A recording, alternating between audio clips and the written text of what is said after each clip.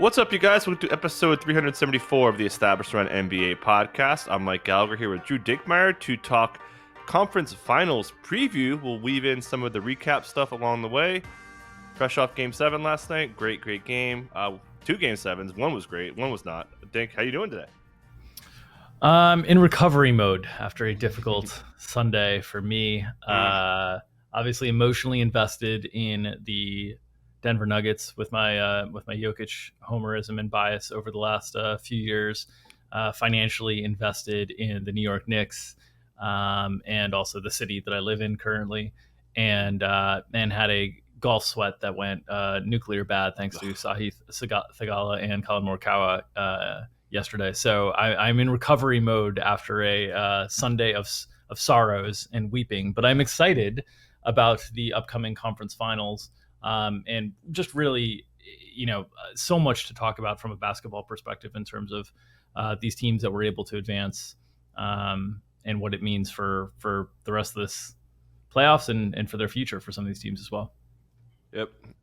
Best ball team's not doing well. I got a couple teams with Indiana, one team that has like an ant piece and a couple, but nothing on the same. So yeah, best ball's going to be tough. Best ball's dead as well. Best ball needed Denver as well. So we're dead everywhere. It was a sad Sunday. Yeah, but you got Wolves tickets. You got some Wolves futures tickets. I got my Ant-Man 12-1 Western Conference winner. Those are doing good. So let's start there. Let's talk Western Conference. We could throw out the season stats basically. There was some like PJ Washington didn't play in the season series. Yep. Gafford didn't play. Kyrie was injured a bunch. So we're throwing the stats out here. But this all comes down to, I mean, we talked about Lou Dort's impact, Cason Wallace. Now you're getting a kind of bigger version of that in Jaden McDaniels, who was, oh my God. We're going to talk about Ant a lot, but the Jaden McDaniels defense, like you'd think that he wasn't guarding Jamal and it wasn't a big impact. The double teaming and getting back to recovering was game changing. I thought that was huge, and I think that's going to be a really big factor. We saw in the Mavs series. We talked a lot about this the last pod. The corner threes, right? Just time after time after time. In the last series, 19% of their shots, the Mavs, were corner threes. The Mavs were first on the season in corner threes taken, and the Thunder were last. That was a clear attack point. The Wolves are pretty good. I think they're eighth in corner three frequency. Went up a little bit from all the double teaming they were doing. But yeah, it kind of starts with, I think we can kind of start with that. How are they going to kind of double Luka as aggressively as they were doing, which was insanely aggressive to close the series? They were doubling Joker so hard. It's a little tougher to do that with Kyrie, I think. But how do you see the Wolves and the double teams working out, and how tough of a series is this going to be for Luka? I think it will be similarly challenging to the previous series for Luka from a defensive assignment matchup standpoint, but I don't think that the coverages are going to be as aggressive from Minnesota as they were from Oklahoma City. Oklahoma City, obviously, like from a scheme standpoint, was very comfortable kind of leaving guys open. I think Minnesota is going to start the series very comfortable playing things straight up and one-on-one and just seeing where things go from there. That's the approach they took with Jokic ultimately, and then kind of adapted as the series went on in terms of bringing doubles and bringing quick doubles, changing the pace of the doubles that they were bringing, all those different things. And it's obviously different when you're talking about a player that's playing back to the basket versus a player that's playing, facing the basket in terms of where you have to bring help and whatnot. But I think they'll ultimately start out by trying to play things one-on-one is my guess. And we'll see where things devolve from there. I'm interested to see. Obviously, we saw Minnesota's defensive versatility during the course of that series with all the different ways and different things that they tried to throw at Denver. Dallas hasn't had to play that yet, right? They're coming off of a series in which OKC largely played them one main way and kind of stuck with it throughout the series. And so I'm interested to see how Dallas can adapt because a lot of the things that Dallas likes to be able to do in terms of their pick and roll game is really negated by Minnesota's size on the interior and Rudy Gobert and drop coverage. A lot of the offense that they were able to get in the previous round with offensive rebounding, thanks to Derek Lively and Daniel Gafford, will be far more challenging this go around against Minnesota. So I think Minnesota starts off the series playing things fairly straight up. What are your expectations there? Yeah, I think so. And I think the rebounding edge, that was huge. We talked about it. The corner threes and the rebounding, those are two really big strengths on the season. The Wolves are 5th in catch and shoot points allowed, and obviously their rebounding is fantastic with all the size they have. So yeah, this has to be like to kind of swing it to Kyrie here. Kyrie, they're not going to tell you this, but I'm pretty sure that the game plan was to attack the corners, and like Kyrie was facilitating that game plan wise. Sure, give credit to J Dub, give credit to Casey Wallace, but game plan wise, I think Kyrie was who Jason Kidd called quote the glue of the team in the last series. I think that Kyrie kind of turns more into a scorer here. Probably going to see a lot of Anthony Edwards, but I do think they're going to play it mostly straight up early. If especially when you consider Luka's still not going to be 100%, he's still working through some things. He said after the game, sure, he might be healthier with some time off here, but I think they're going to kind of lean into that overall. And it's just like you said, it's just a little bit of a different coverage where Joker's very much in the paint, where Luka's going to have to get downhill, collapse the defense, and kind of work that way. But I think that the length, that's one thing. And like you compare Lou Dort and Jaden McDaniels, they're both fantastic on-ball defenders, and they're kind of sort of a different way. But the biggest thing about Jay McDaniels, which I kind of talked about, is his length. And we talked about this. How many like 7-foot wingspans? If you stacked up the wingspan of the Wolves rotation, it's insane. And I think that's going to really pay off, and it's going to really limit the catch and shoot stuff that the Mavs had going. So anything for you on Kyrie, and we could kind of work. Kyrie has to score. Like that's kind of it's. Kyrie has another low scoring series. I think this is gonna be short. But yeah, what do you think? How do you think Kyrie kind of adapts his game to where he was last series? Yeah, Kyrie, it's interesting the note you brought up about the game plan and how it might have impacted the way he played. I noticed that during the course of that series against Oklahoma City that he was almost driving and kind of immediately looking to the corners to facilitate those threes. Mm-hmm.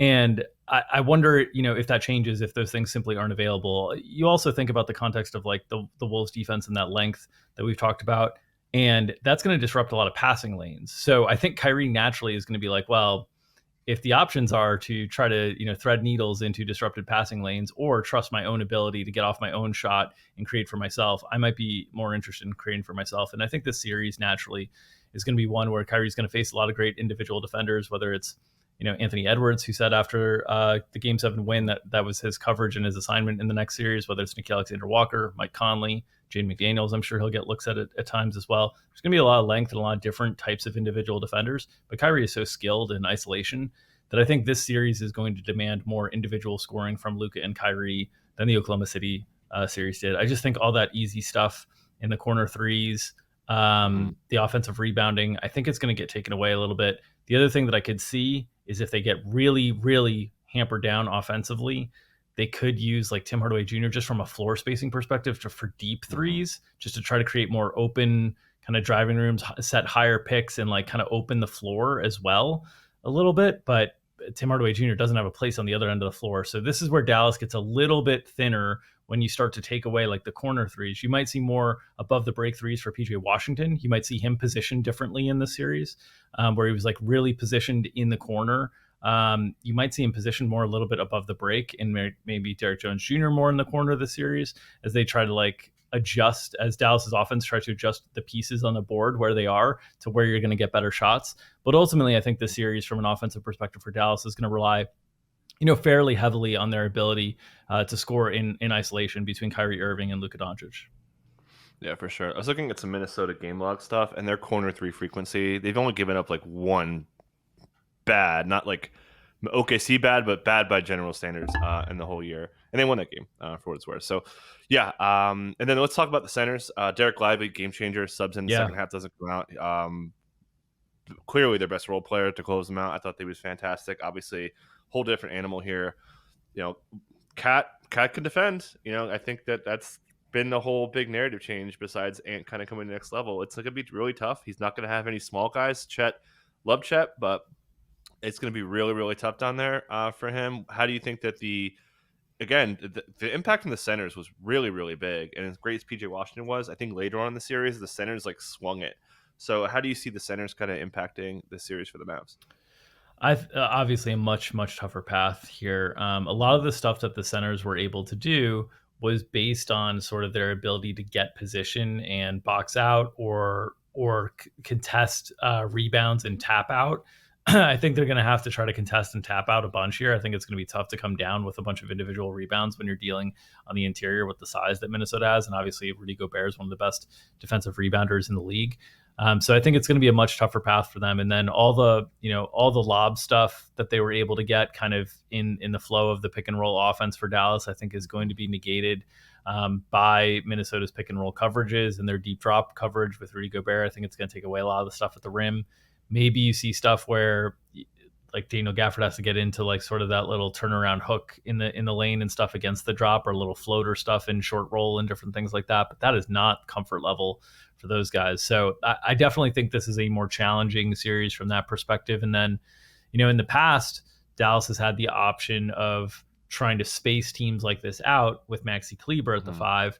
Those options are a little bit more limited depending on Maxi Kleber's health, which still seems like it's going to be a mid-series return, not an early series return for Maxi Kleber. And so I think Dallas just has fewer ways to potentially play here against Minnesota. And I think ultimately they're going to need Daniel Gafford and Derek Lively to play really effectively in a series that's a much, much more difficult matchup for them.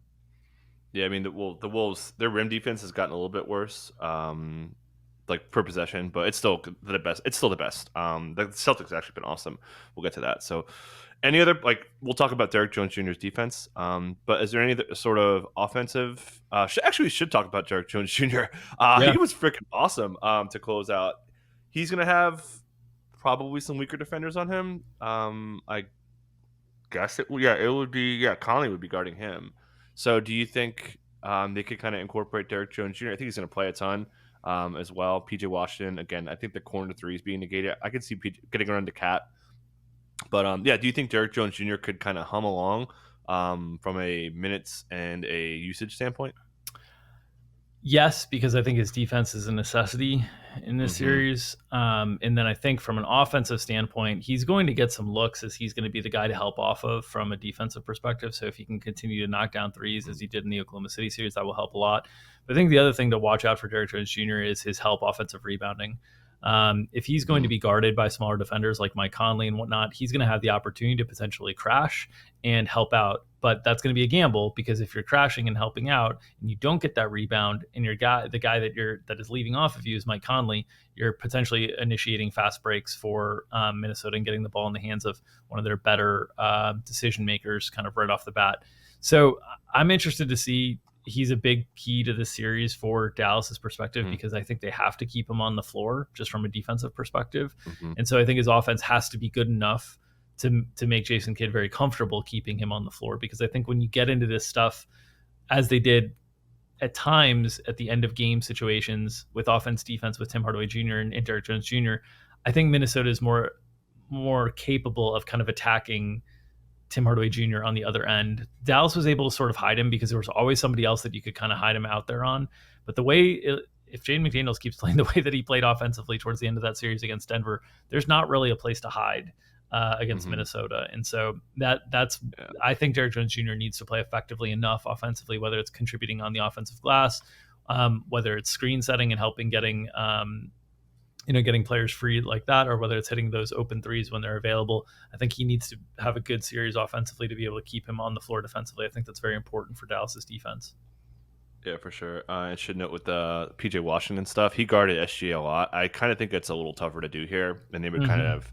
We saw, Gafford guard Giddey and Wiggins, whoever their weakest shooter was. I don't. Do you think that they could do that? I don't really think it's as viable, just because the rebounding's too hard. Do you think would they dare put Luka on Gobert? Do you see any of that type stuff? I could see them do that. Yeah, I could see them do Luka on Gobert. But again, that's going to put then if it's Luka on Gobert, you're saying like Gafford or Lively on Cat. No, I mean McDaniels. On McDaniels. Okay, and then PJ on Cat. I think PJ's guarding Cat. Cat regardless. I think that's right. Yeah, I could see them try some of that stuff for sure, and then try to make Jaden McDaniels a driver and a decision maker, which is not his best skill set. So yeah, I could definitely see. That makes a lot of sense to me. Having Luka guard Rudy, that's going to put a lot of pressure though on and a lot of ground to cover for guys like Gafford and Lively to then go help out on the board side of things. Because if you get into a situation where you're just unable to add value on the offensive rebounds, it's going to be really hard to score against Minnesota. I mean, we just saw basically the teams that have done well against Minnesota have all done so with like outrageous individual performance firepower. We saw Mhm. Phoenix do it during the regular season. We saw at times Denver do it with Jamal Murray or Nikola Jokic.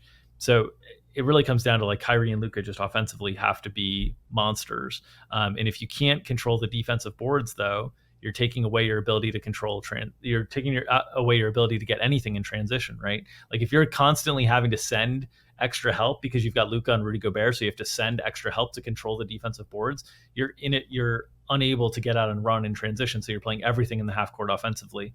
And maybe that's ultimately like Dallas's path, that they need to win a bunch of low scoring games to be able to win this series.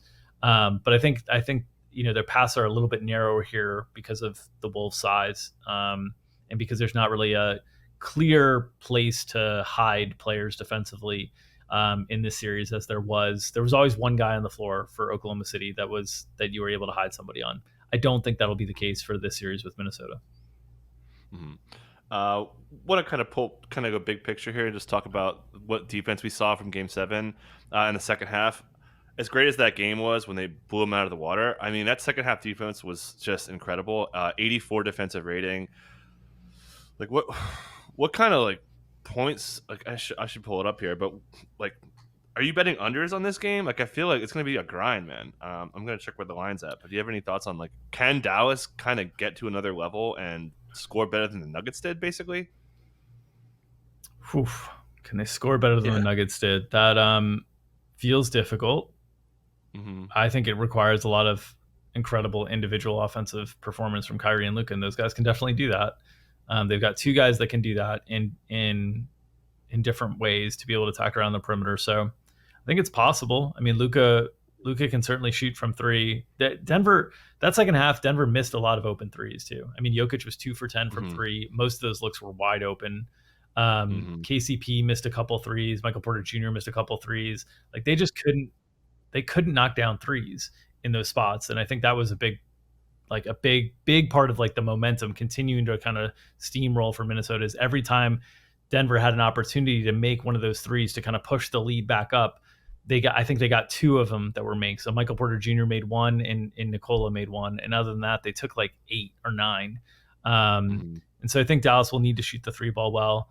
But yeah, I would expect that Dallas to win this series. I think they need it to be a lower scoring series. I think. I Yeah. don't I think if it's a higher scoring series, I think Minnesota is going to be okay offensively, most likely. Mm-hmm. I think Dallas for it to be a higher scoring series. I mean, Luka and Kyrie just have to be absolutely going nuclear. I think so. Mm-hmm. I think this series probably is going to be a little bit more of a grind in the low hundreds, 90s type series. Yeah, for sure. So I guess swinging to the Wolves side, just to kind of segue here, just their starting unit was Minnesota's starting unit was insane, and I think my favorite way to sum it up was how Denver starters did in the first and second round. The Denver starters in the first round per game plus minus plus 5.4 against the Lakers. Second round, the best starting five in the NBA, minus 8.6 per game. Minnesota's starters were unbelievable. That starts with Ant. Cat deserves so much credit. All the people who said Cat can't defend, and I have said it at times. Um, I'm done. I will every time I want to see that. I'm like, okay, Cat just doesn't care. Like, that's what it comes down to. The Gobert slander, like that was never even worth talking about. Conley again, just the recovering for McDaniels is so good. So, but let's shift to the offense. As you mentioned, Ant's going to get guarded by Dirk Jones Jr. How do you see that matchup compared to where he was when he was heavily schemed up against in the Yeah. Phoenix series, and then again just ran into? I mean, talk about heavily schemed up against. Every time he touched the ball, help was coming, literally every time. So, does Dallas do that again? And yeah, how do you feel? How do you think the game plan around Ant is going to look for the Mavericks? So I think generally early in series, you're going to see teams play more straight up and then try to adjust off of. I don't think you're going to see teams start off with like a very heavily schemed up defense to specifically like Mm-hmm. take away one thing. I think they're going to like, it's a feeling out part early in the series. So will we Mm-hmm. get to stuff that's like more schemed up towards trying to take away Ant? Potentially. But I think they're going to probably trust Derek Jones Jr. to do his best on Anthony Edwards like they did with Shai Gilgeous-Alexander. I mean, we saw in the last series that Derek Jones Jr. did a good job on Shai. Shai was awesome in that series and really like put up big Yep. numbers. and OKC still struggled to score because they became very one-dimensional offensively. So I think in some ways, like if Dallas felt like by playing one-on-one and straight up, Ant was kind of, trying to carry the load offensively, but in turn making the team a little bit more one-dimensional offensively, then I think Dallas might take that trade. So I don't think you'll see heavy coverage slant towards Ant unless he's really, really giving them problems. And then they need to get into like, well, okay, we're going to stop giving up stuff at the rim that he's creating, and we're going to start sending help and try to play the series out of rotation and deal with that. Playing the series out of help. And this is one of the things that when we talk about how Minnesota advanced, playing the series out of help and in rotation and having a short bench that you don't trust, that is a lot of energy to expend on teams. And one of the big things that happened in the Denver Minnesota second half of Game 7 is Denver looked gassed and absolutely run out of energy. Jokic could not jump or box out or grab a defensive rebound in the last 5 minutes of that game. I turned to my wife and I was like, Jokic is gassed. He's hit empty. And we've talked about this before. We talked about this before with bigs. It happened to Anthony Davis in the fourth quarter of games against the Nuggets when he was being asked to carry so much. We've seen this happen with lots of bigs at different points in their careers. When they hit empty, there's no coming back from it. And Jokic played every minute but one in that game, played the full second half. And he wasn't able to control the defensive boards, which is one of the biggest values he brings to a team defensively. Minnesota kept getting offensive rebounds in the last 6 minutes of that game, and that's what allowed them to like keep Denver at bay. Basically, like we're getting extra possessions every time, that and being in the penalty early in the fourth quarter as well.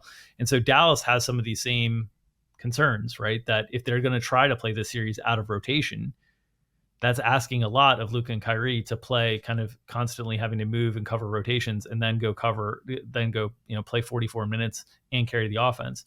And so I think teams are going to try to play Anthony Edwards straight up as long as they can, ultimately, because I think you want to try to stay out of the help and rotation when you're a shorter bench team and you have to kind of rely on your starters carrying really, really big minutes.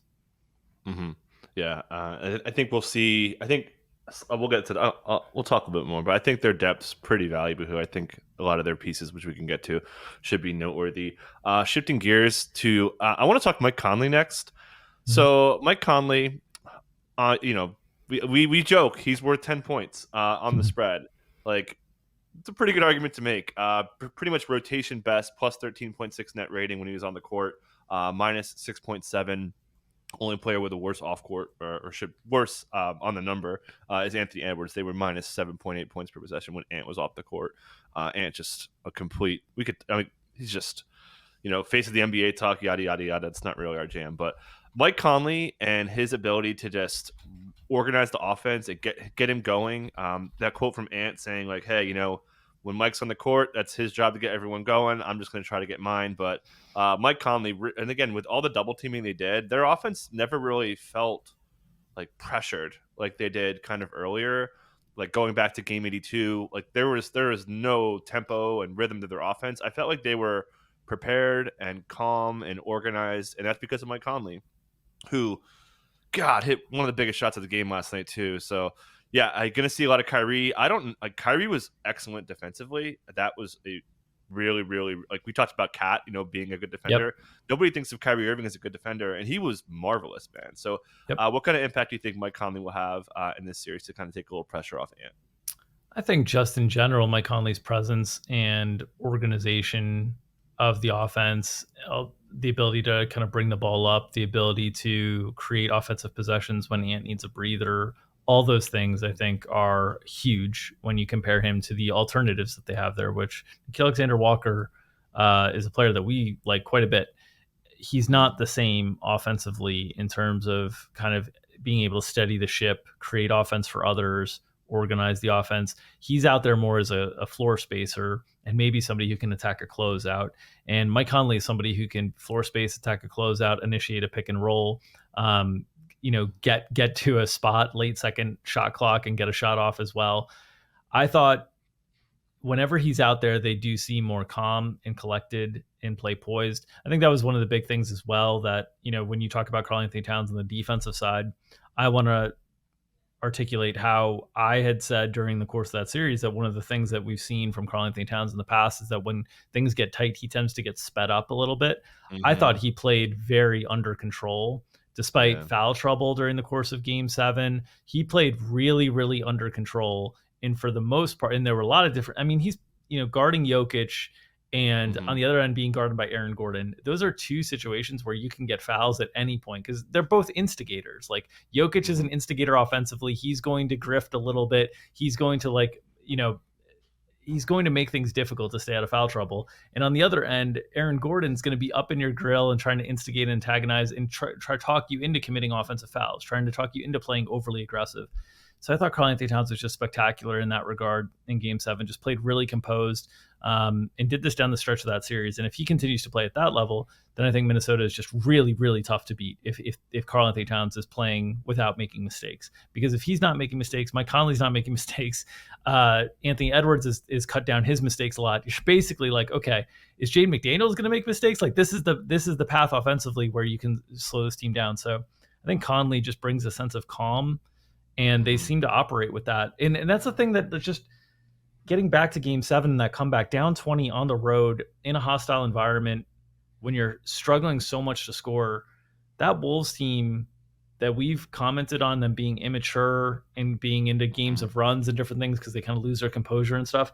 I didn't think that was the case in this game. I didn't think they got down 20 because they lost their composure or anything like that. I think they just weren't making shots. And then they started Hmm. making shots and they started getting their confidence back. And you could see them playing with a little bit more juice, a little bit more force, a little bit more energy, but the confidence of like, yeah, we're gonna chip away at this, and by the end of the game, we're gonna be right there. And by the end of the game, they were well ahead. They weren't. It wasn't even right there. And I just thought that the team was so mature in the way that they approached that entire game. I thought was just super super mature in that of like a championship level team. And I think Mike Hmm. Conley's veteran leadership brings a lot of that.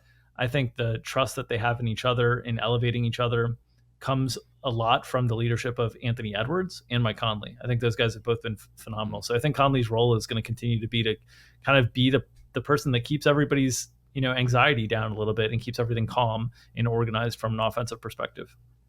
Hmm. And then just going back to the double team stuff, so I was kind of looking at their half court defensive rating, sorry, offensive rating, and like their offense has been pretty good. They've only had, like throwing out the Conley game and that game they just got completely wrecked. Every other game, their half court offense has been like 35th percentile or better, mostly better. Like, there's some 80s in there percentile wise. It's been pretty good. So you could argue that doubles in the and also they're more comfortable. Like they've gone against this ant. The more you face a defense like that, the more comfortable you are. And I thought that getting so comfortable in the game and seeing how aggressive they were ready for it. I think their poise on the double teams makes me think that they're not going to do that as much too. Um, Cat offensively going to have PJ Washington, pretty tough matchup. PJ has been really good defensively as well. But I think this matchup is significantly better. We said if you had a fantasy draft of number one players to pick against Cat, you take Aaron Gordon first.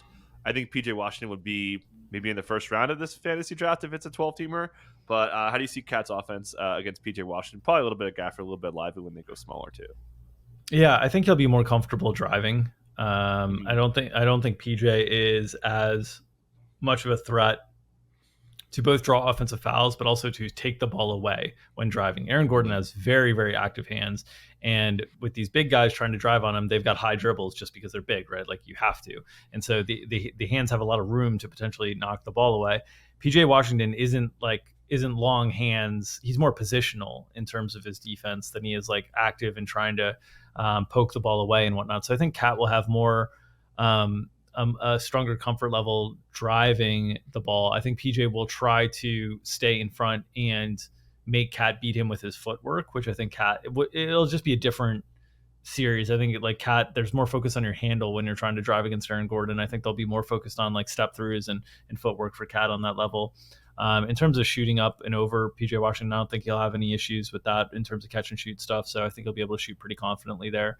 I think just in general with Aaron Gordon, he makes you have to he makes you have to think through and process your actions a little bit quicker than I think PJ Washington. And I think that's a more comfort level matchup for Cat. I think the fewer things he has to think through and process quickly, I think the better he's going to be able to react. So I think it'll be kind of straightforward for Cat, where he's going to catch the ball with either enough space to catch and shoot, or he's going to catch the ball with not enough space to drive. And there's not going to be a decision, right? With like Aaron Gordon, it's like, okay, do I really have enough space to get this off? Do I have to pump fake and try to close out? Do I have enough room to drive? Do I have to back him down? Like, I think there's a lot more decisions that Cat has to make in those instances than against PJ Washington. So I think it'll be a little bit more comfortable series. And that's not a knock on PJ Washington's defense. It's more credit to Aaron Gordon.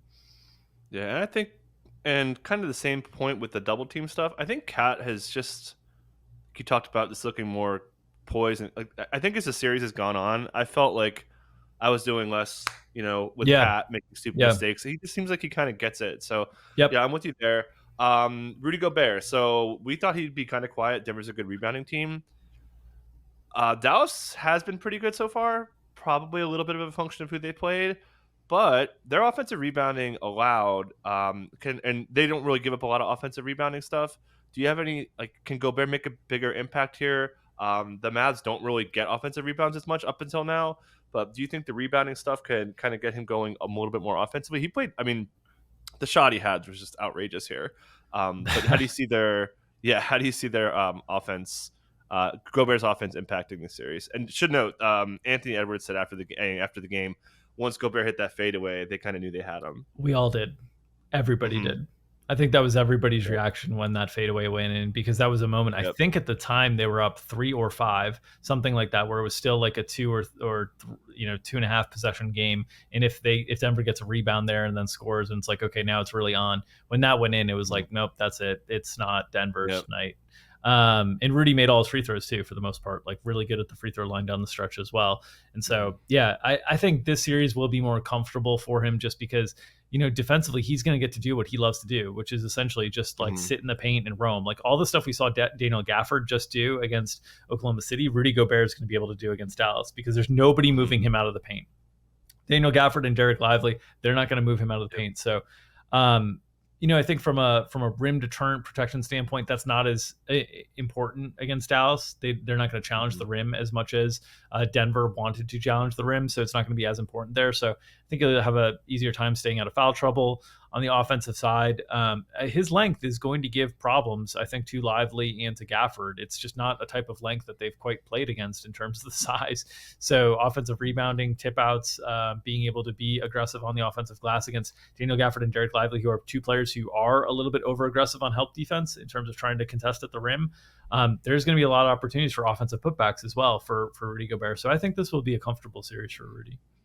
Yeah, for sure. And should note that the Dallas's season stats for offensive rebounding allowed was a little bit skewed. I just sorted it from March on. They were way better. They were 8th in offensive rebounding percentage allowed in half court. So clearly, as we kind of said in the open, this is not the Mavs team they faced in season is irrelevant, because they didn't have PJ and Daniel Gafford. Jaden McDaniels, I think it's the old, as I say, get in where you fit in. He's going to play a ton. Staying out of foul trouble is paramount, which he's been great at. We talked about since St. Patrick's Day. He's had a couple in the playoffs, but generally been pretty good. And then offensively, man, he had a couple nice drive closeouts last night. We've seen him put the ball on the floor a little bit more. Just as Anthony Edwards said, he's been the MVP of the last 2 series, which is a testament to Anthony Edwards as a leader. But yeah, I don't have much to say besides that. And then we could kind of get into Nah and Naz Reid and Slow-Mo if you want to kind of tie all those guys together. Yeah, I just think Jaden McDaniels, if Minnesota's others play well, they're going to be really, really tough to beat. Like, I think that the team that has a chance to beat them, because stylistically I think they match up pretty well, is a healthy Boston team. But if the others play well in the series, I don't see paths towards Dallas winning the series with Minnesota's others playing well. Like that seems really narrow to me, and I have a hard time envisioning it. So McDaniels is fantastic in Game 7. He knocked down all the open corner threes that he was given, basically. You alluded to the incredible defense that he played throughout the series, but especially in Game 7. His length is a challenge, whether it's on ball or whether it's in rotations and help. It's just a challenge. He's just taking up a lot of space with his wingspan. So, yeah, he was fantastic. And this Minnesota team is the deepest team left in terms of like quality rotation NBA players. They got 9. I don't Mm-hmm. like. I know Indiana's playing 9, but Indiana doesn't have 9 for like this level of the playoffs. Minnesota's Mm-hmm. got 9, so they just have a lot of different ways that they can play, and I think that's going to really continue to benefit them as we go on in these playoffs. Mm-hmm, for sure. And then Nikhil will help for sure. Going to guard Kyrie. I think Conley's. We talked about this going into the series. If they're going to have to kind of cut down Conley to play Nah, I think that's out the window because Conley's impact. So Na will kind of fill those non-guard minutes. Nas will be the emergency guy if they get into foul trouble. Again, a lot of size in the second unit could be pretty valuable here. Obviously, they have got. This is where you miss Maxi Kleba. Your size and options at the 3-4 are getting a little bit thinner. So I Yep. think Nas could have a pretty big bounce back series. Who played fine. I thought he Yeah. had some big spots late in the game. It looked like he was I was wondering if he was going to close last night Yeah. with Yeah. Cap his fifth foul. So yeah, don't really have too much to say. If anything else you want to add before we Much kind of much more comfortable series for Nas. yep. They don't have somebody that can exploit Nas Reed in the way that Jokic was able to. So like very much more comfortable series for Nas Reed. Probably a less comfortable series for Nikhil Alexander Walker, just because the defensive assignment is going to be really challenging dealing with Kyrie Irving. Mm-hmm. I do wonder if they try to like lighten Mike Conley's load a little bit early in the series, just to see if they can give extra like there's going to be a layoff before the finals, so that, like if they're able to manage this whole thing, but they really need to I wonder how that Achilles soleus strain is doing, and I just wonder if there's going to be some like early in the series he's at 28 29 instead of like 32 33, just as they try to manage things. But that could put more emphasis on Nikhil. I think in general you'll see things as you usually do in series, like widen out to start the series where like everybody plays and then condense down as the series goes on. But yeah, I think this Minnesota bench is just really good, led by the sixth man of the year. And as you've joked in our Slack before, he's the second best bench player on their team. I mean, they're just a really good bench.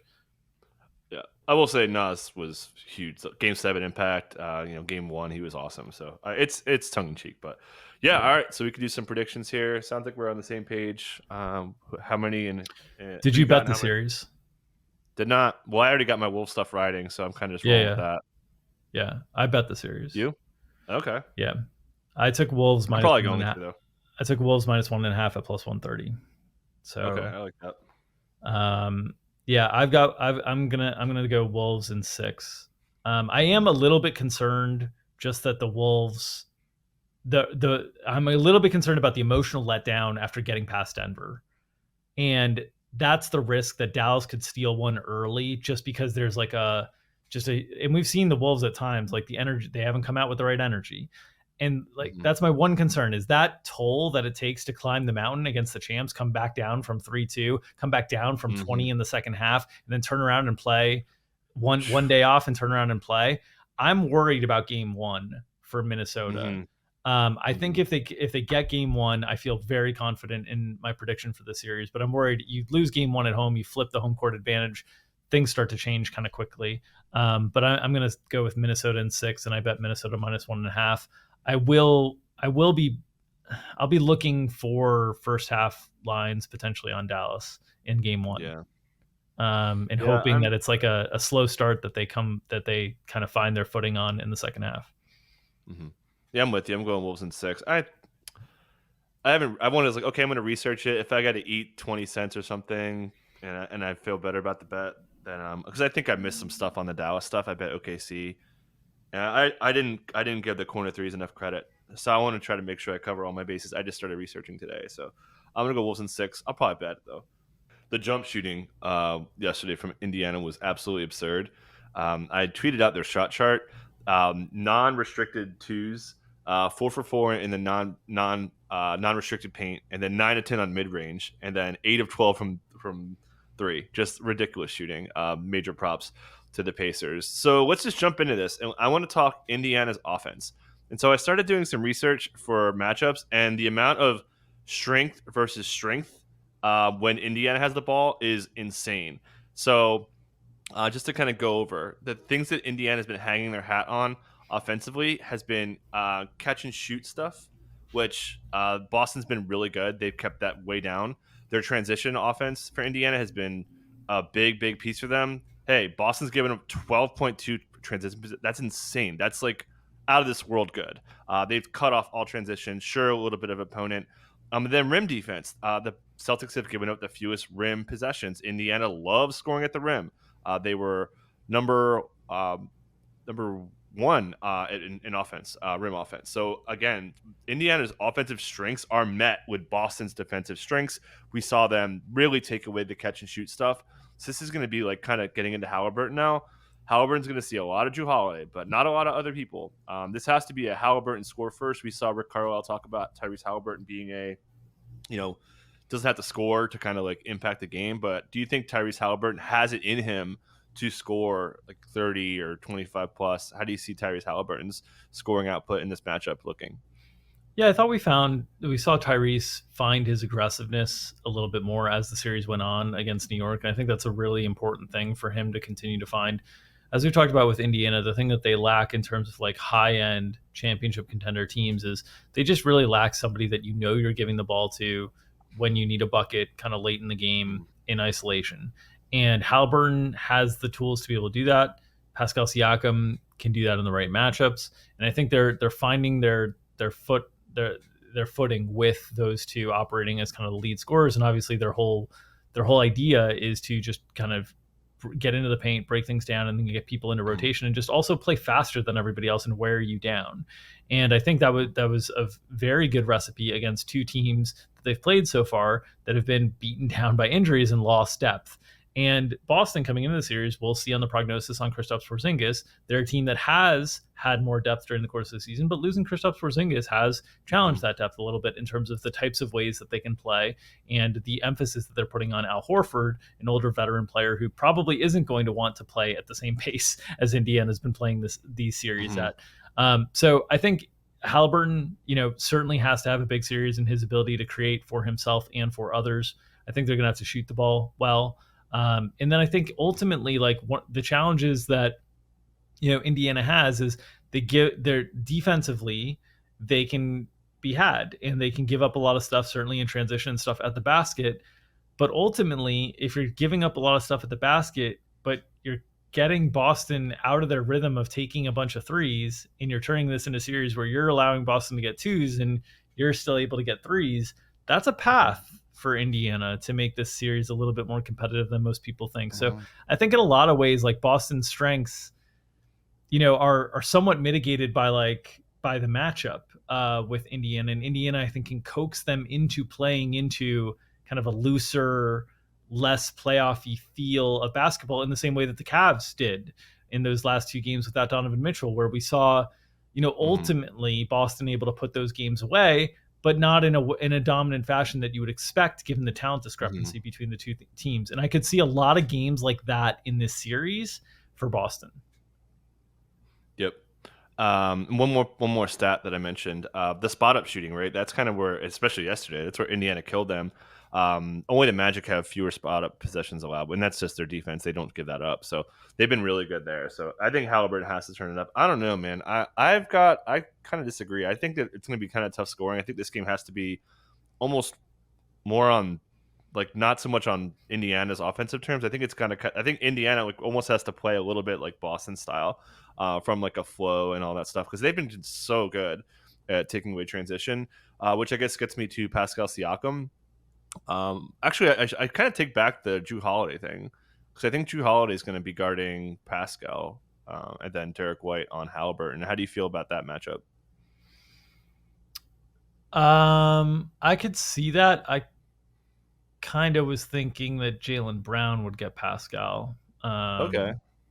But because I think one of the things with Pascal is you need to give some sort of size and length for him to just be able to elevate over in the mid range. But obviously Drew Holiday is a very strong, solid post defender as well. But yeah, I was kind of thinking Jaylen Brown would get a little bit more of that matchup because otherwise you're getting Jaylen on smaller defenders on the perimeter. Like remember, we're going to see our smaller offensive players attacking on the perimeter. We're going to see TJ McConnell on the perimeter on the series. We're going to see obviously Andrew Nembhard. So I was thinking White and Holiday would be more traditionally matched up against other guards. Yeah, it's pretty. So I did the matchup stats. It's pretty close. 20. Jaylen Brown led with 77 partial possessions on the season, and then Drew Holiday right behind him at 71. So Pretty close. So it'll be both. But yeah, you can go ahead on Pascal's impact here after playing great. Had some down spots, but especially kind of to close the Milwaukee series and to open the New York series, he's really got back on track here. Do you think he can kind of keep it going? So I think in general, Pascal is going to have a more difficult matchup than before, but I think the pace of the games is going to continue to be. I think they're going to be able to play fast and free flowing, just generally, because I think Mm-hmm. Boston just lets teams get away with that because Boston doesn't mind playing these games that end up being really high scoring, and their guys Mm-hmm. kind of get their numbers, and then they just try to kind of clamp down late on guys. So yeah, I think Pascal is going to have a similar matchup early in the series, and then I think things might get more challenging later in the series. Like I think ultimately, if Boston is able to get to a position where they're able to play some of their bigger lineups on the floor with both Porzingis and Horford out there, I think Mm-hmm. Pascal is going to have a harder time generating comfortable looks. Mm-hmm. And I think that's going to be a problem because Pascal, the 3-point shooting is a problem. The depth shooting is a problem. He needs to get his stuff at the rim and in the paint. And I think Mm-hmm. as the series plays smaller, I think there's opportunities for that. But as it gets bigger, I think that's a potential challenge for him. Yeah, I think it's gonna be tougher. I thought once OG went down, it really kind of worked in his favor, where just the matchups were so easy for him. And then not having Mitchell Robinson in the second unit, I think also really opened up stuff when he wasn't out there with Hartenstein. So yeah, and then one other thing I noted before is we were a little bit concerned about how Kristaps would affect the rim defense. It hasn't, and it hasn't in kind of a bigger sample too. So I think from an overall rim defense standpoint, I don't think KP really matters that much. Certainly makes him better, but I think situationally and functionally and scheme wise, they're still going to be able to cut off a lot of the rim scoring there. Other start, Miles Turner, better spot here. I think it ran into kind of a bad matchup, but I could see him kind of getting freer on pick and pop stuff. Played really good defense in the last game, should say as well. But do you think Miles Turner could kind of have a bigger impact in this series? I think he had a pretty big impact last series. So I think Mm-hmm. your hope if you're Later on, Indiana, yeah. yeah, Indiana. If you're Indiana, you're kind of hoping that it's towards the end of the series what you saw from Miles Turner.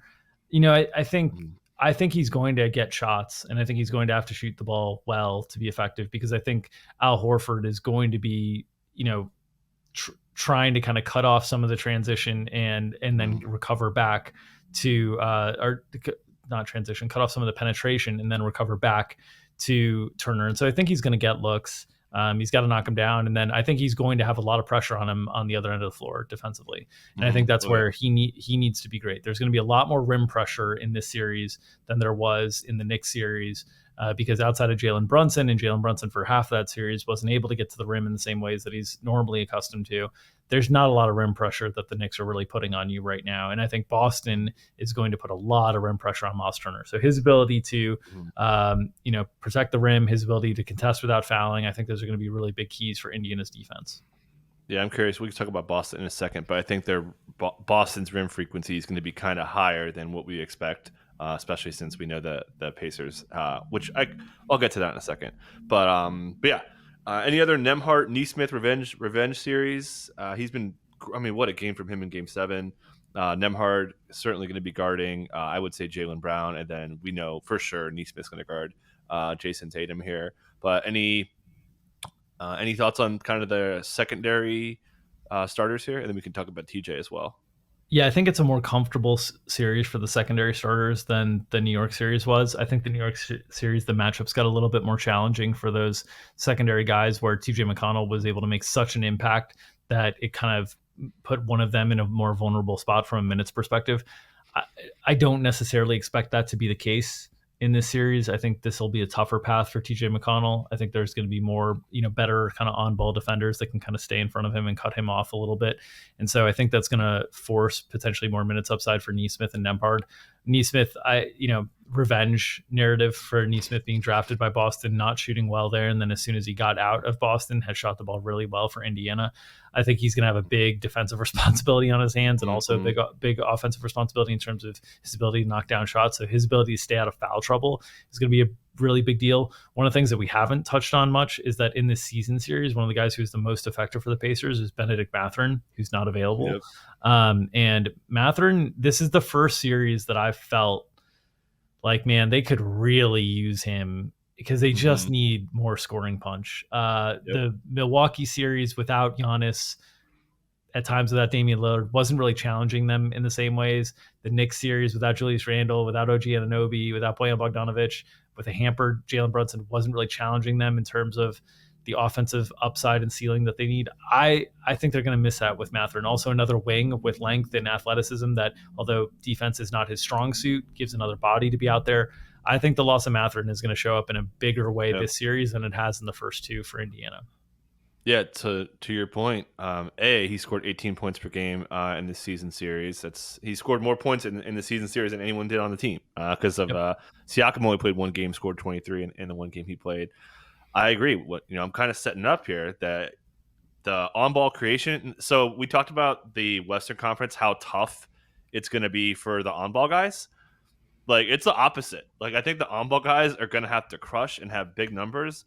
It's so funny how I think the defensive schemes in these two series, East and West, are going to be so different. So yeah, getting guys who can create their own shot is like super valuable in the Eastern Conference Finals to me.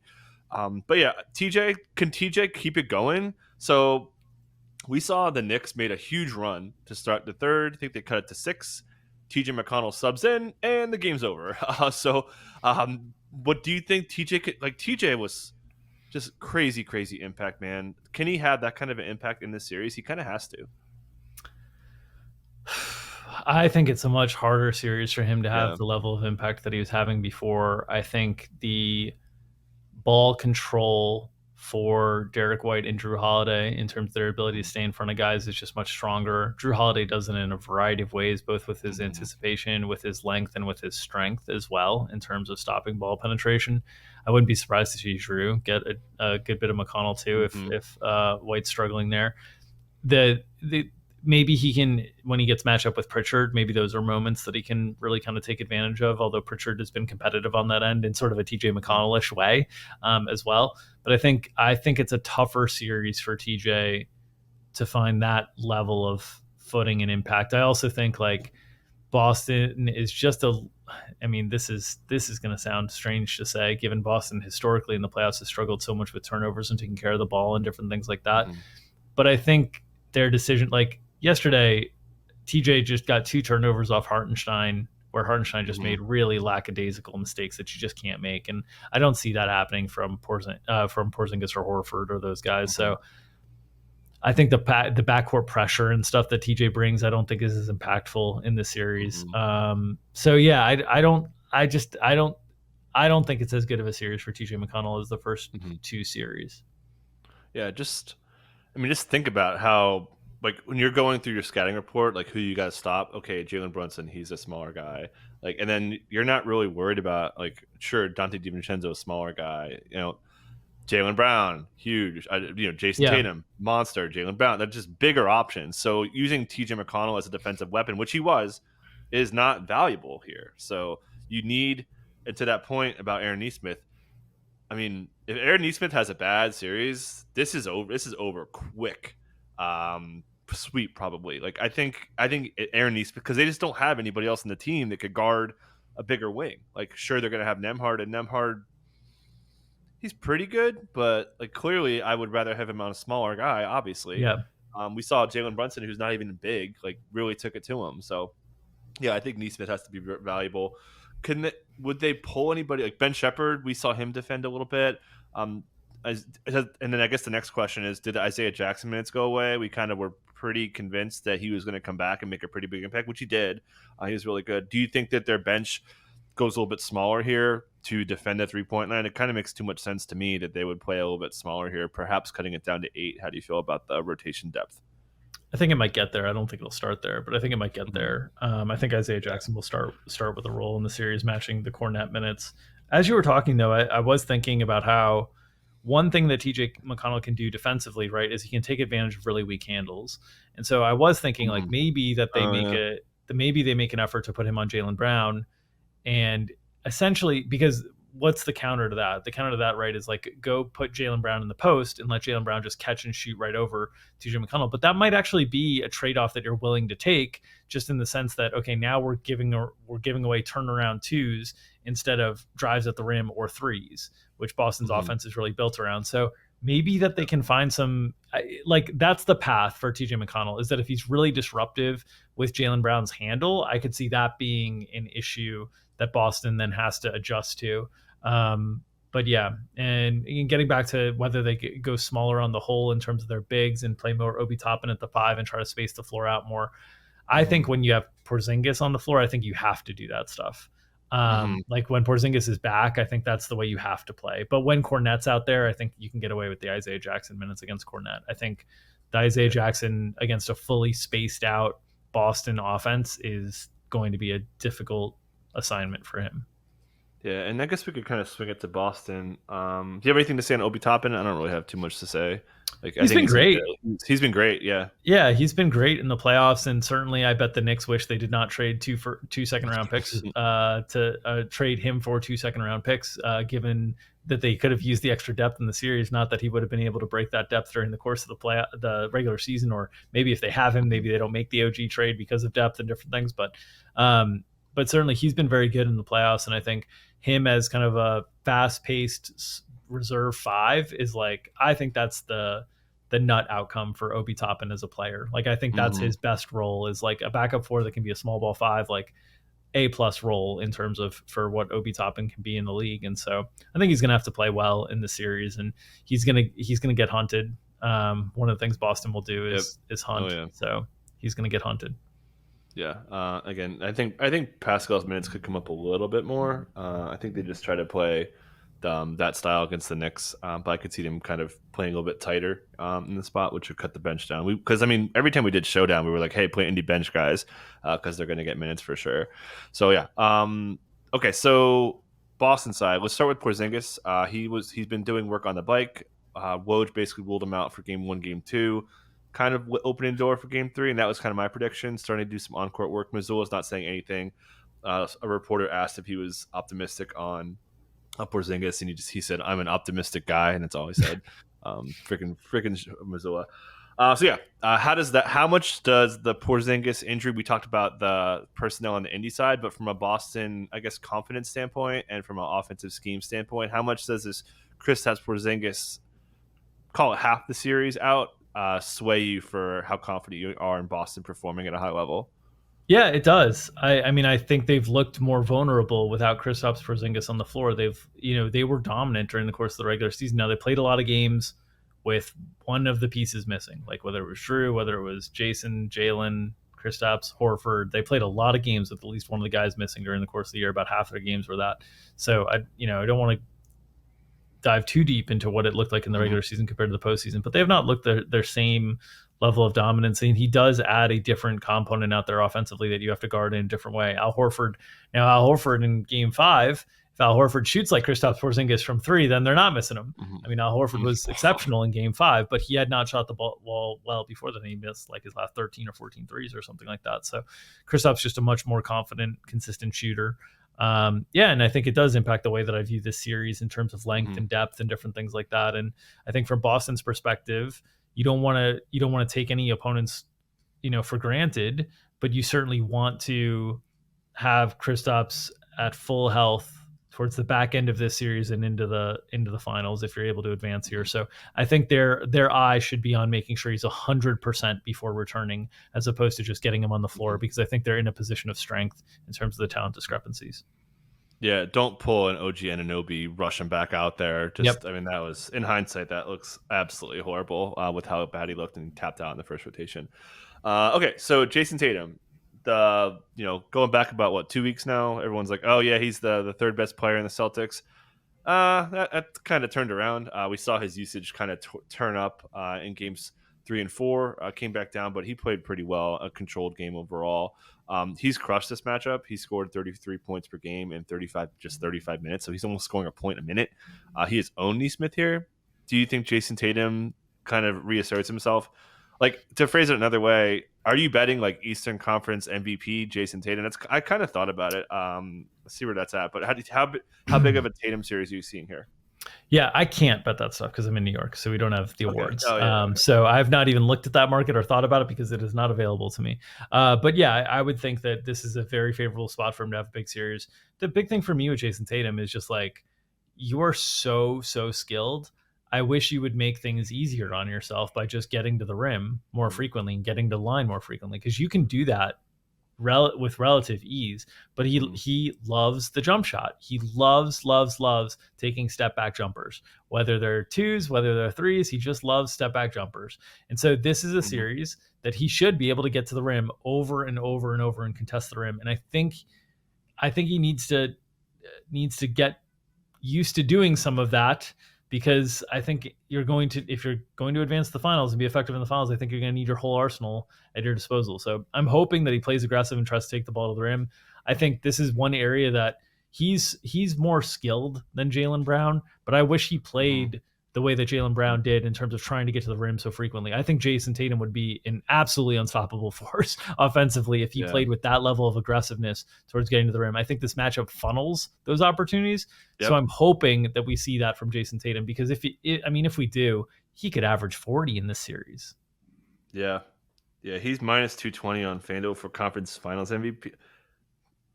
I kind of like that. I think I'm going to hit that. So I feel pretty good he's going to be the MVP. I feel like he should be like minus 300. So, but yeah, Jaylen Brown. So part of the reason why also, we talked about it, like their defense is structured so much that like they just let the on-ball guys beat them. Again, just to some stats here, their catch and shoot stuff wasn't quite as eye-popping as it was in the season, but they still give up the third fewest catch and shoot possessions allowed. The rim defense was actually pretty good. They were like middle of the pack in relation to the playoff teams, but Bucks without Giannis. The Giannis is half of the Bucks rim scoring, and then like the Knicks just didn't have enough rim pressure. So it's very much a function of the schedule to me. So yeah, I think that the rim pressure is going to be pretty big. But their transition defense is pretty good. They've actually been on the year. They're like 15th, so middle of the pack there. So that could hurt Jaylen Brown a little bit. Does have a soft matchup in Nembhard. Do you think Jaylen Brown I don't know. Do you like? He's plus 350, so markets. I think Tatum's going to win it. Do you think Jaylen Brown could have a like equal impact compared to Tatum? I think it's a very favorable matchup for Jaylen. Jaylen likes to take the ball to the rim, so I think as long as Jaylen is tight with his handle, I think he could also have a very, very big series.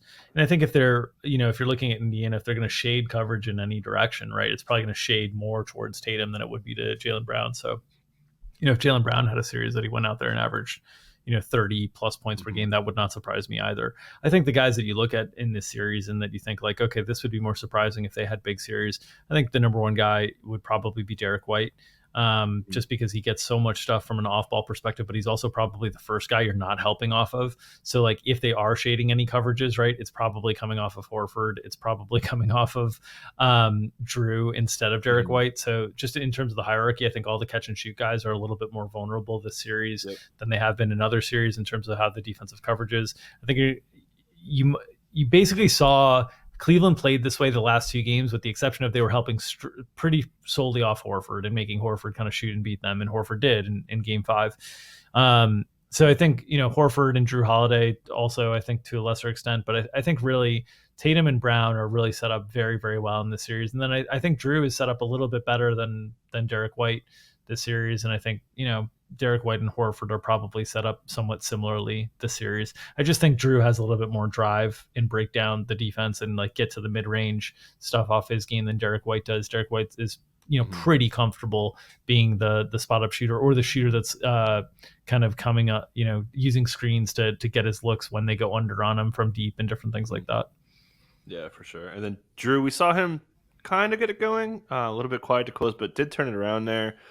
Again, he's kind of like a better version of Jaden McDaniels, where the offense is just going to fit in. Sure, he's a more polished handler and all that stuff, but very much just not going to be a high usage player. Don't have much to say. We talked about Horford and Kristaps, but do you want to add anything on Drew and how Horford can impact the series?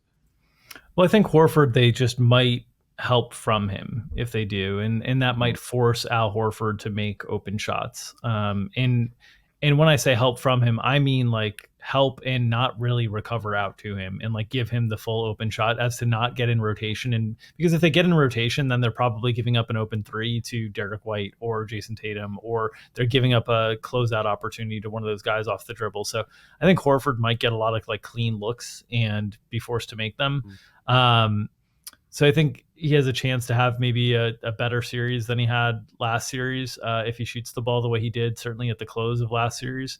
And I do think Drew's ability to post up smaller defenders, kind of take guys off the dribble and try to get down in the paint when they're playing like more of a crowded defense on him. Mhm. I think sometimes Drew gets the ball with space to catch and shoot, and he just isn't ready to catch and shoot. And I think he just kind of swings the ball in a different direction. I think Mhm. in this situation, I think they're going to close out a little bit stronger. And so I think he might be a little bit more prepared to kind of, back to his old point guard ways, kind of break down people and Mhm. get into the paint and whatnot. So, but ultimately, I think that his defense is going to be the bigger thing that's on Oh yeah. display this series. Yeah. And then do you think they run it like pretty tight regarding their bench here as they wait for Kristaps? So can Horford play? We Yep. saw him play 38 one game. How do you see the tightness in the minutes ranging for the starters? Yeah, they've had a good bit of time off here. So I think Hmm. they might start fairly tight. Like a lot of these teams, I'm saying they're going to start more condensed because they're coming off really long or more loose and then condense it because they're coming off Hmm. really long series and then kind of condense over time. Boston's had a bunch of time off here. They know they're getting Hmm. Kristaps back at some point, they expect during the course of the series. So I think they could almost start tight and kind of expand out to Kristaps. I think this is going to be a tough series for Sam Hauser just based on the way that Indiana Hmm. plays. And so Hmm. that might limit his minutes down a little bit. I think, Cornette, Pritchard, I think Cornette, while Porzingis is out, is pretty safe. And then Pritchard's, I think his role is very, very secure. Hmm. For sure. I pretty much agree. Pritchard's been really good. I could see them running almost like a 6.5, 7, but Yeah. yeah, I'm with you. I think Cornette will play the non-Horfords, and that's they might overlap them a little bit. Just like you said, I think Hauser may barely play like 7, 8, 9 minutes game. They might even cut him out if the games are close in the second half. But yeah, any other guys you want to add on Boston or anything stylistically you think you're looking for besides like star player performance? No, I think the big thing for me from Boston's perspective is, can they not get sucked into the free flowing nature of these games, and can they really make things hard on Indiana? Because I think if you can really buckle down on the defensive end and get up in Indiana and like make things really hard on them, I think they could blow blow these games out pretty handily because I don't think they're Mm-hmm. going to struggle to score. But what we've seen from Boston is that in these games against weaker opponents, they've just been kind of comfortable, like playing, knowing that they'll be able to, their volume of 3-point shooting and their skill offensively will ultimately overwhelm the team and separate at some point. Mm-hmm. And I think that if they play with that level of sort of nonchalance, I think Indiana is going to Mm-hmm. steal a few games in this series. But I A think if they few, play, yeah, a couple, or a I, few. a couple, sorry. Okay, okay. So There's a big if difference for the betting. yeah, if they play, if they play really locked in defensively and trying to Mm-hmm. really take the pressure to Indiana, because they're defensively skilled in a way to do that, I think they could have some games where they win by like 30, 40. I mean, we saw a game in Yep, the regular season, they won by like 50. It was a game Halliburton sat, so it's not, yep. really representative. But I like, so I don't trust Boston to do that throughout the entire series, which is why I think Mm-hmm. Indiana will get a couple games in the series. But um, I think that's ultimately the whole thing that I'm paying attention to is like how how much is Boston trying to disrupt the flow of the game? Mm-hmm. Because I didn't see them trying to disrupt the flow of the game with Cleveland when Cleveland was trying to play that way against them when they were undermanned with Donovan Mitchell. I didn't see them like Boston actively trying to disrupt the flow of the game. And I think that's very important in this series against Indiana, a team that plays with so much flow and momentum, to Mm-hmm. try to disrupt that. And that's what I want to see. I want to see defensively, are they actively trying to change the flow of the game? Mm-hmm. And just on top of that, like when we see Indiana play a team with that energy, it's blowout season. Like Indiana just runs them out of the gym. Yep. So, and should note, I've been saying it, India hasn't lost at home since March 18th. So, it's gonna be tough to kind of steal one there. But yeah, anything else? I think I mostly covered it here. I think there's like the Western Conference is just so much more detail oriented. It's so Yeah. straightforward to me how this is going to play out here. But yeah, we could jump into predictions if you have anything else. No, did you bet the series? I did. Yep. I took Boston -2.5. I'm gonna suck it up and just hope they don't do a game two mess around thing. But I just think that their strengths defensively are just so valuable, and I think that they kind of learn their lesson that it's okay. Let's not play with their food. We see what's coming on the other side. Lock in and get this thing over with. So I think they could sweep, but I'm taking Boston in 5. Yeah. I think it's going to be 5 or 6. Mm. My inclination has been give Boston's opponent one more game than I expect at this point with the way they just mess around, and so I'm going Boston in 6, Indy to win 2 games. I think my baseline expectation is Boston in 5, but I've just seen enough of them playing around and like not trying to disrupt flow. And honestly, if you don't disrupt Indiana's flow, they are very good offensively, very very good. And so if you don't cut that water off and your threes aren't falling, you could have some games that look really wild. Like really wild. Like Indiana wins by 25 in Boston or something, and you're like, I would have never seen this happening. But it's because Mm. Boston doesn't disrupt their flow. Boston doesn't make their threes. Yep. They settle a bunch, and all of a sudden, it just starts to kind of snowball. So I'm going to take Boston in 6. But that's the big thing for me is like, Boston, are you ready to turn this up? Like, Mm-hmm. we're in the conference finals now. I understand you just got to play who's in front of you, but are you ready to turn this up from a defensive attention standpoint to be ready for whoever is next? Because whoever's next is going to be like 2 levels up from anything that you faced in this playoffs. And it's not your fault. It's just what the Eastern Conference is this year. But I'd like to see Boston have that level of intensity.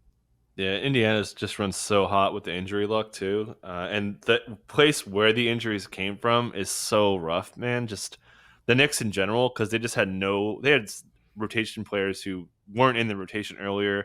Giannis is irreplaceable. Dame got hurt; he's irreplaceable compared to who else they had on the roster. Where like, say for instance, somebody gets hurt, like you Tatum, they still have Jalen Brown there. They still have some pieces. You could kind of turn Drew into more of a handler. They're just so deep up top that losing a piece on top of Porzingis, who should come back, I think they're pretty insulated from that.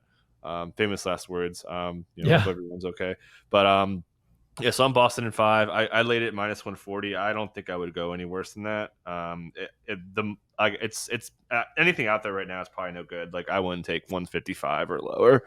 But yeah, I don't know. Yeah. I just feel really good about how Boston matches up overall. So yeah, all right. Anything else to get us out of here? No, as always, appreciate the support for our content. If you're interested in showing your support, the best way to do so is to head on over to our YouTube channel, Establish Run NBA.